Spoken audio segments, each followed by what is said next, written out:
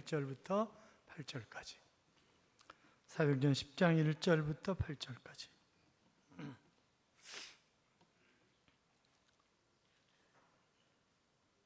교도하겠습니다. 1절 제가 있습니다. 가이사랴에 고넬료라 하는 사람이 있으니 이달리아 부대라 하는 군대의 백부장이라. 그가 경건하여 온 집안과 더불어 하나님을 경외하며 백성을 많이 구제하고 하나님께 항상 기도. 하루는 제9시쯤 되어 환상 중에 밝히 보매 하나님의 사자가 들어와 이르되 고넬료야 하니, 고넬료가 주목하여 보고 두려워해 이르되 주여 무슨 일이니까? 천사가 이르되 내 기도가 구제가 하나님 앞에 상달되어 기억하신 바가 되어 내가 지금 사람들을 욥바로 보내어 베드로라는 시몬을 청하라. 그는 무두장의 시몬의 집에 유숙하니 그 집은 해변에. 마침 말하던 천사가 떠나매 고넬료가 집안 하인 둘과 부하 가운데 경건한 사람 하나를 불러 이 일을 다 이루고 욥바로 보내니라. 아멘. 같이 인사하겠습니다. 주의 이름으로 잘 될 것입니다. 더 잘 될 것입니다. 끝없이 잘 될 것입니다. 아멘. 예배 자리에 함께 하신 여러분, 하나님께서 이 한 주간 동행하심으로 행복한 잘되는 한 주간의 삶이 될 줄로 믿습니다. 조엘 오스틴 목사님이 쓴 믿음으로 산다라고 하는 책이 있습니다. 그 책에 보면 아버지와 아들 사이에 등산을 갔어요. 아버지는 올라가고 뒤에 아들 쫓아오고 이러는데 아들이 다리가 미끄러진 거예요. 그래서 30m 밑으로 굴러 떨어졌어요. 그리고 소리를 지르는 거죠. 도와주세요! 그랬더니 저쪽에서 도와주세요! 이러는 거예요. 누구지? 그리고 당신 누구야? 그랬더니 저쪽에서 똑같이 당신 누구야? 이러는 거예요. 그래서 너는 겁쟁이다. 그러니까 또 저쪽에서 너는 겁쟁이다 이러는 거예요. 너는 바보다. 그랬더니 똑같이 너는 바보다 이러는 거예요. 그리고 아버지가 왔어요. 그래서 아빠, 그런데 저쪽에서 얘기하는 사람은 누구예요 도대체? 메아리야. 메아리는 다른 말로 하면 인생이라고 얘기를 해. 그래서 내가 이야기하는 대로 그대로 나한테 다시 돌아오는 거야. 이제 그렇게 이야기를 했다고 하는 그런 이야기가 쓰여져 있습니다. 그리고 아버지는 크게 외쳤습니다. 너는 승자야. 너는 뭐든지 할 수 있어. 그렇게 외치니까 그것이 그대로 또 메아리로 쳐 올리는 거잖아요. 같이 한번 따라하겠습니다. 나는 행복할 거야. 나는 잘 될 거야. 나는 승리할 거야. 그렇게 될 줄로 믿습니다. 영국의 성직자이자 저작가인 테일러는 믿음은 모든 축복의 근원이다 하는 그런 얘기를 했습니다. 그러니까 믿음이 있느냐 없느냐에 따라서 내가 복 있는 삶을 살아갈 수도 있고 그렇지 않은 삶을 살아갈 수도 있는 거죠. 그러니까 주님도 늘 뭐라고 얘기하세요? 내 믿음대로 될지어다. 마지막에 믿는 자를 보겠느냐? 계속 믿음 이야기를 하고 계세요. 오늘 사도행전 10장에 나오는 고넬료라고 하는 사람을 통해서 이 사람의 믿음이 과연 어떤 믿음인가, 그리고 그의 믿음 때문에 주변 사람들이 어떻게 수지를 맞고 살아가는가, 그가 어떻게 축복의 통로로 쓰임받는가라고 하는 그런 부분들을 함께 묵상하면서 은혜를 받기를 원하는 것입니다. 어느 날 고넬료가 기도하는 중에 환상을 보게 되었습니다. 하나님의 천사가 나타나서 너의 기도와 구제가 하나님 앞에 상달되었다 그러면서 욥바에 있는 베드로를 청해서 그의 말을 들으라 하는 그런 이야기를 하는 거예요. 그래서 즉각적으로 순종을 해서 바로 집안 하인과 군조를 욥바로 보냈다고 하는 그런 이야기가 기록이 되어 있습니다. 욥바에 있던 베드로도 지붕에 올라가서 열심히 기도를 했어요. 그런데 하늘에서 큰 보자기가 내려오는데 그 보자기 안에 각종 짐승이 다 들어가 있는 거예요. 부정한 짐승이 그것도. 그런데 하늘에서 음성이 나서 이르기를 그것을 먹으라, 잡아먹으라.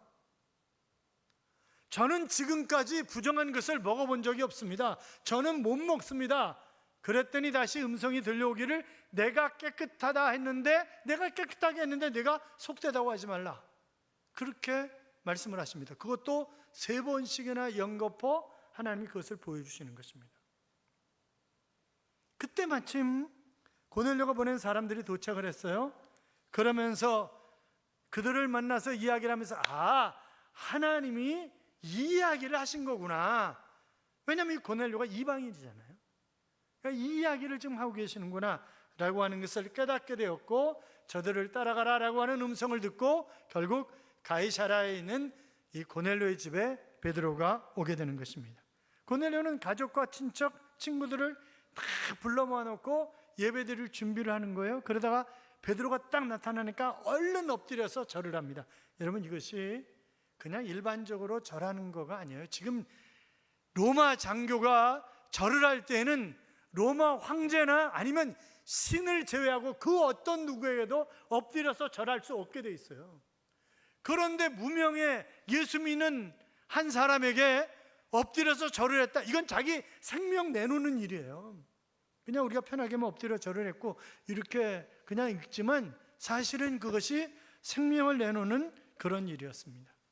베드로가 얼른 잡아서 이렇게 세웠고, 그리고 그들이 베드로를 통해서 하나님의 은혜를 받고 성령의 충만함을 입고, 결국 복음이 이제는 이 고넬료와 그 주변 사람들을 통해서 아시아를 넘어서 유럽으로, 그리고 전 세계로 복음이 확장되어 갔다고 하는 그런 사실을 우리가 생각할 수 있다고 한다면, 과연 고넬료가 어떤 믿음을 가진 것인가 라고 하는 것을 우리가 한 번쯤 생각해 봐야 되겠죠. 자, 1절 2절 보세요.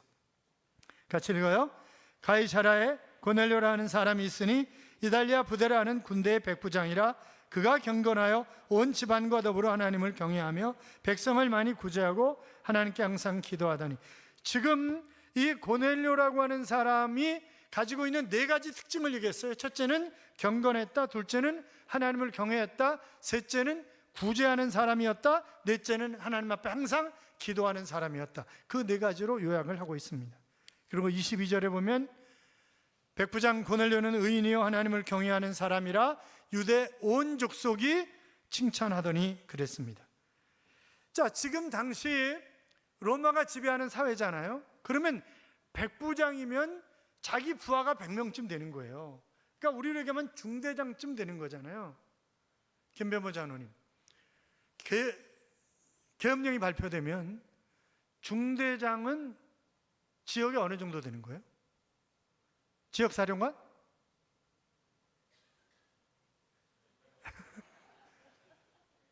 그러니까 지역에서 상당한 포지션을 갖게 되는 거죠. 자기가 그러니까 얼마든지 폼 잡고 살 수 있는 그런 사람인데 엎드려서 절을 하고 지금 그러는 거예요. 자, 4절 봐요. 4절 같이 읽어요.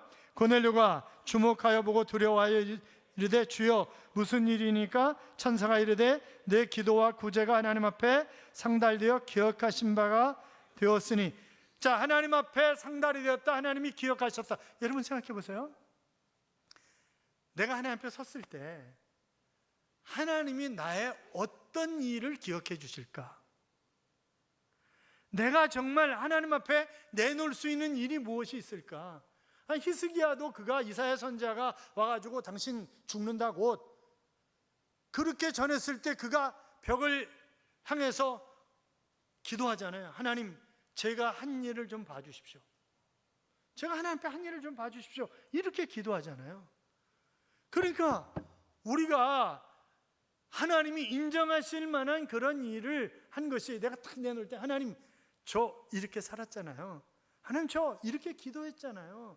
하나님 제가 이렇게 복음을 전했잖아요. 이런저런 것들을 내놓을 만한 것이 있는가라고 하는 것입니다.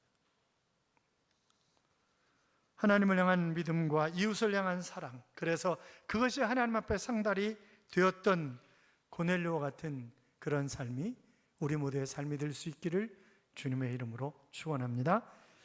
자, 경건했다고 하는 말은 여러 가지 의미가 있습니다만 예배의 성공자로 살았다, 그런 말입니다. 그러니까 하나님 앞에 충실하게 예배드리는 자로.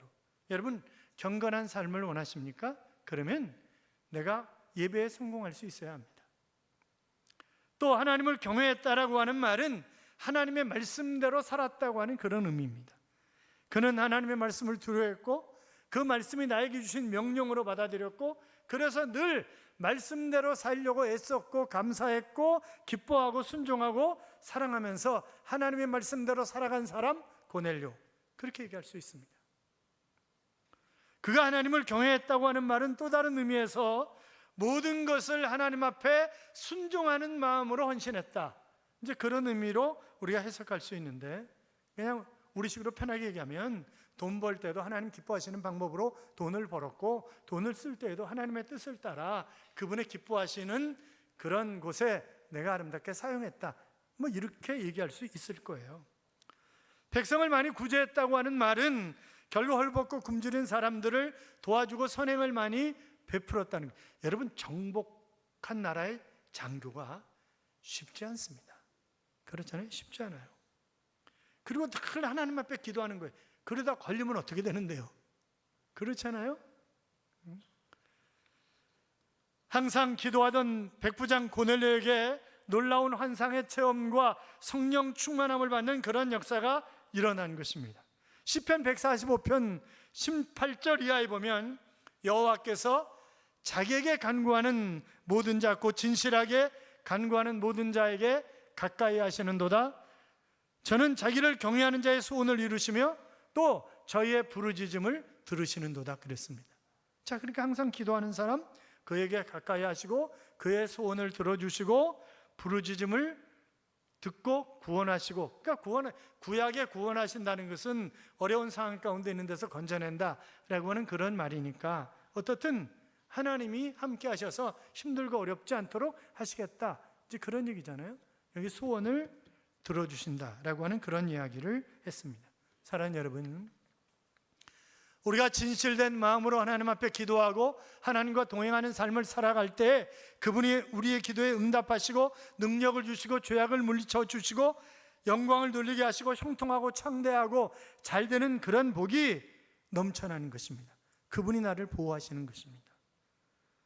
하나님 앞에 쓰임받는 그런 귀한 일꾼으로 만들어 주시는 것입니다. 사랑하는 여러분, 내가 건강이 안 좋다고, 자식놈이 자기 마음대로 튄다고, 남편이 아내가, 부모님이 사업이, 직장이, 그런 불평 우리 하지 말자고요. 만왕의 왕이시고 만주의 주이신 하나님 앞에 기도하면 고넬료의 기도를 들으시고 함께 하셨던 하나님이 우리와 함께 하셔서 시온의 도로를 활짝 열어주실 줄로 믿습니다. 앤소니 드 멜로우라고 하는 사람이 쓴 종교 박람회라고 하는 그런 책이 있습니다. 친한 두 친구가 있었는데 한 친구가 어느 날 예수를 믿게 됐어요. 그리고 그 소식을 한동안 있다가 그 친한 친구가 듣게 된 거예요. 야, 너 요새 교회 나간다며? 나 교회 나가, 예수 믿어. 그래? 그럼 예수님이 어디 태어나셨어? 모르겠는데? 예수님이 몇 살에 그러면 세상을 떠나가셨어? 그것도 나 모르는데? 그럼 예수님이 이 땅에 계시면서 설교는 몇 번이나 하신 거야? 그건 더 모르지. 너 아는 게 뭐야 도대체? 그러면서 야, 무슨 네가 아무것도 모르면서 예수 믿는다고 그러냐? 그게 말이 되냐? 그랬더니 이 친구가 정색을 하면서 정중하게 이렇게 이야기를 하는 것입니다. 나는 성경에 대해서도 잘 모르고 이런저런 기독교에 관한 지식도 많지 않지만, 그러나 분명한 것은 내 삶이 변했다는 것, 그래서 나도 깜짝깜짝 놀라고 있다는 것이네. 3년 전만 해도 내가 저녁에 집에 들어가면 아이들과 아내는 숨기에 바빴고 가능하면 같이 접촉하지 않으려고 애를 썼는데, 지금은 내가 집에 들어가면 아이와 아내가 뛰어나오고, 그리고 우리가 행복하게, 그래서 집안에 웃음이 떨어지는 날이 없다네. 그리고 내가 세상에 살면서 무엇을 해야 되는지 알고 있고 그 일을 하고 있는데, 그 변화된 모습을 보면 하나님이 살아계신 것 아닌가? 그렇게 이야기를. 그렇잖아요? 여러분, 내가 예수 믿고 1년, 3년, 5년, 10년 지나가는데 전혀 변화된 게 없다. 그건 좀 문제 있는 거죠. 그거는 사실 좀 정상적인 그 하나님의 자녀로서의 삶을 안 산 거잖아요. 그러니까 가족 전도도 마찬가지잖아요. 여러분, 남편 전도하는 게요, 바다에 가서 별 따오는 것보다 더 어려워. 쉽지 않아요. 왜? 내 삶이 완전히 가족들에게 노출되어 있는 삶이잖아요, 이게. 그러니까 교회 가자고 그러면 당신이 나가. 이제 그러고 그러지. 왜? 교회 다닐 때나 안 다닐 때나 똑같거든. 그러니까 뭐 굳이 다닐 필요가 있냐? 이렇게 생각하는 거예요. 그러나 내가 정말 변화된 삶을 살았다면 가자 그러면 나 언제 그 얘기하는지 기다렸잖아. 빨리 같이 가자고. 이렇게 얘기할 거예요. 그렇잖아요. 그러니까 내 삶이 변화됐느냐 변화되지 않았느냐라고 하는 것은 굉장히 중요한 거죠. 정말 하나님과 동행하는 삶을 살면, 정말 하나님 앞에 진솔하게 기도하는 삶을 살면, 그리고 말씀대로 순종하는 삶을 살아가면 하나님이 나에게 신비한 체험을 할 수 있도록 해주시는 거예요. 내가 수없이 많은 신비한 체험을 했음에도 불구하고 몰라. 그리고 한참 지난 다음에 하나님이 하셨구나, 그렇게 생각을 하는 거죠. 물론 극적인 체험은 극적인 상황 가운데 있는 사람들에게 나타나는 거예요. 그러니까 만약에 내가 하나님의 정말 극적인 그런 것을 체험하고 싶다면 믿음이 있어야 되는 거예요. 믿음이. 하나님, 제가 죽을 병에 좀 걸리게 해주세요. 그리고 날 치료해 주세요. 그러니까 극적인 상황 가운데 있는 사람들이 극적인 것을 체험하는 거지, 대부분은 뭐예요? 이미 말씀을 통해서 다 주셨어요. 그러니까 이 말씀으로 이기는 삶을 살아가게 하시는 거지, 신비한 체험을 늘 하게 하시는 것은 아니지만, 그러나 그럼에도 불구하고 오늘날 어려운 상황 가운데 이런저런 일이 있을 때 하나님이 얼마든지 성경 외에 다른 방법으로 나에게 나타나셔서 세미한 음성을 들려주실 수도 있고, 다른 사람을 통해서, 심지어는 예수 믿지 않는 사람을 통해서 나로 깨닫게 하실 수도 있고, 이런저런 방편을 얼마든지 우리에게 허락하실 수가 있는 것입니다.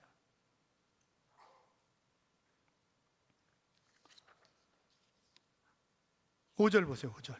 5절 같이 읽어요. 내가 지금 사람들을 요바에 보내어 베드로라는 시몬을 청하라.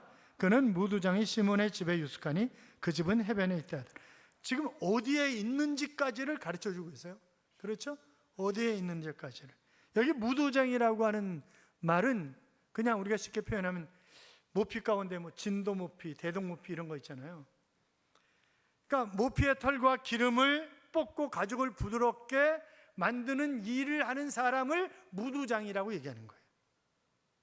그 무두장이 집에 있다는 거예요, 베드로가.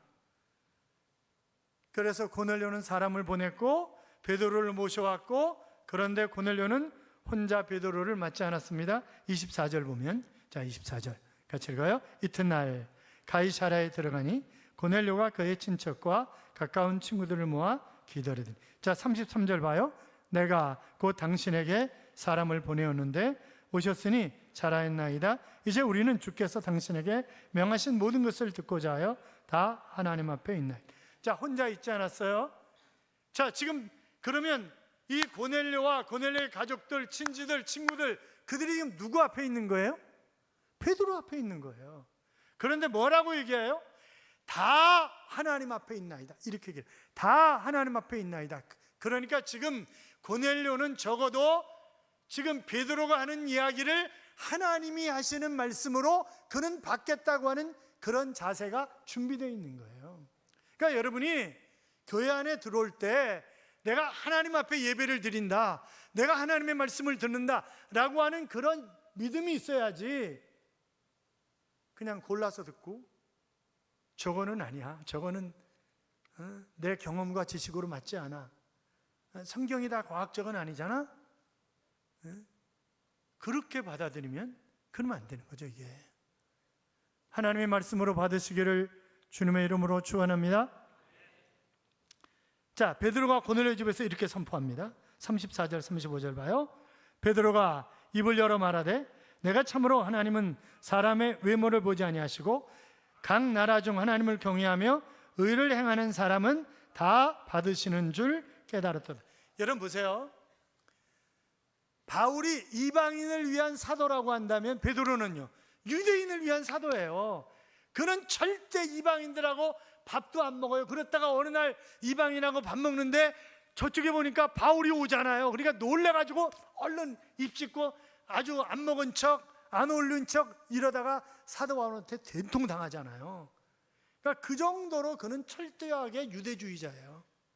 그런데 자기가 이번 사건을 통해서 바로 하나님은 외모라, 그가 어느 민족이냐, 그가 어떤 사람이냐 아무런 상관없이 신실하게 하나님을 믿는 자들에게 함께 하시는 하나님이라고 하는 것을 나는 깨달았다. 이제 그런 얘기를 하는 거예요. 사랑하는 여러분, 여러분의 과거가 어떠했든 아무런 상관이 없어요. 내가 어떤 직업을 가지고 있든 아무런 상관이 없어요. 내가 어떤 학력이 어디까지인지 그것도 아무런 상관이 없어요. 내 나이가 어떤지도 아무런 상관이 없어요. 중요한 것은 지금 내가 하나님과 함께 하느냐 하지 않느냐, 지금 내가 믿음이 있는 사람이냐 아니냐, 그것이 중요한 것이지 다른 것이 중요한 것이 아니다 라고 하는 것입니다. 사람은 외모를 보시지 않고, 하나님은 외모를 보시지 않고 사람의 중심을 보시는 하나님이십니다. 어떤 사람은 또 중심을 본다니까 배꼽 티를 입고 오는 그런 사람도 있다는데, 사랑하는 여러분, 하나님이 나와 함께 하시면 못할 일이 뭐 있겠어요? 그렇잖아요? 그러니까 직장 문제든 사업의 문제든 건강의 문제든 그 하나님이 함께 하시면, 그러니까 우리는 수없이 체험했잖아요. 그것을 하나님이 함께 하신다라고 하는 것을 수없이 체험했잖아요.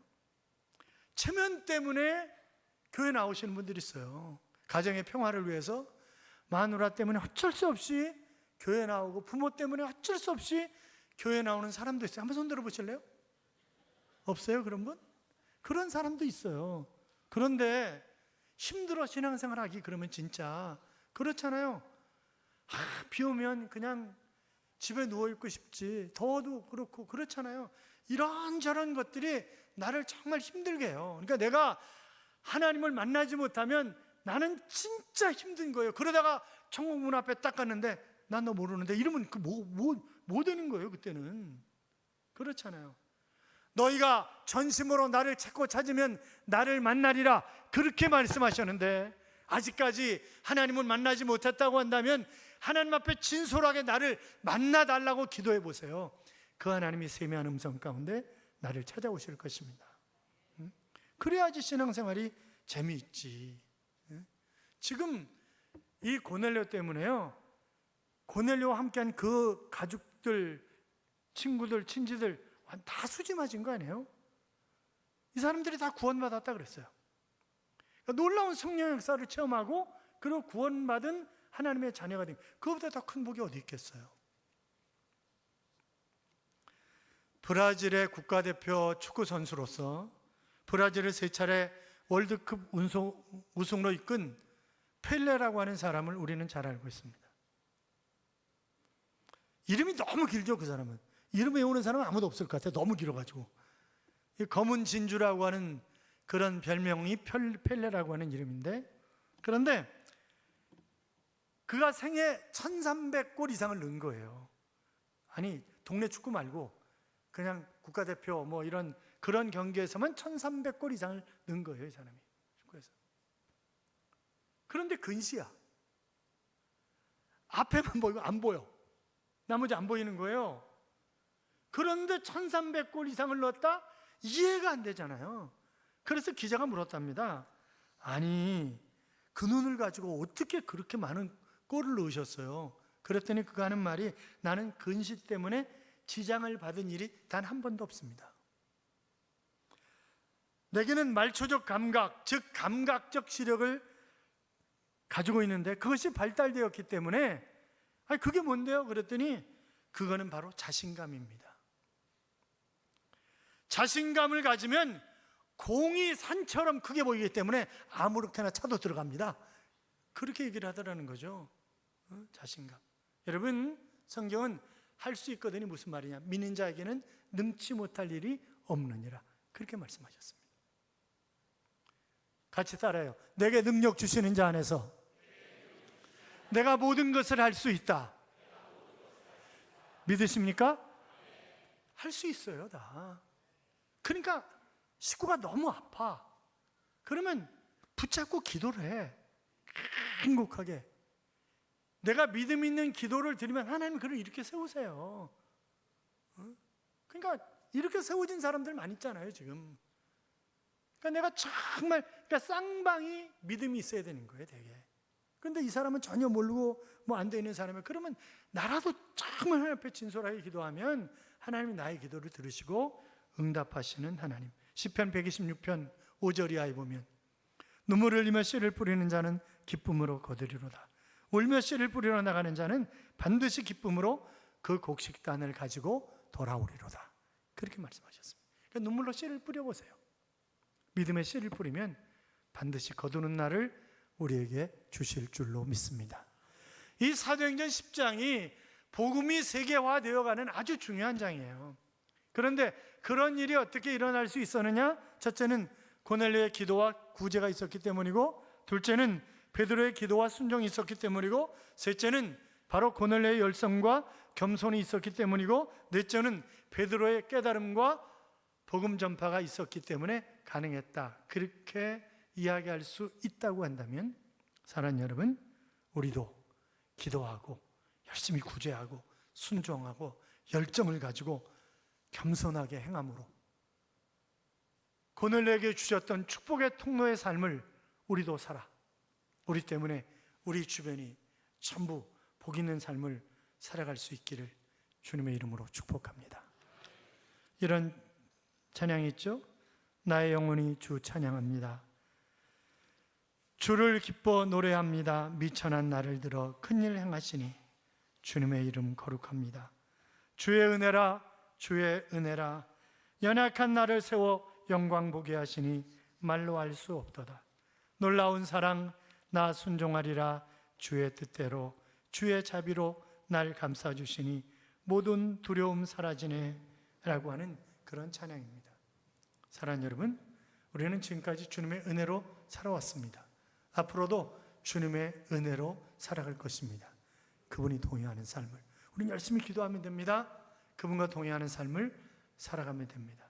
그렇게 사셔서 하나님이 여러분에게 시온의 대로를 활짝 열어주시기를 주님의 이름으로 축원합니다.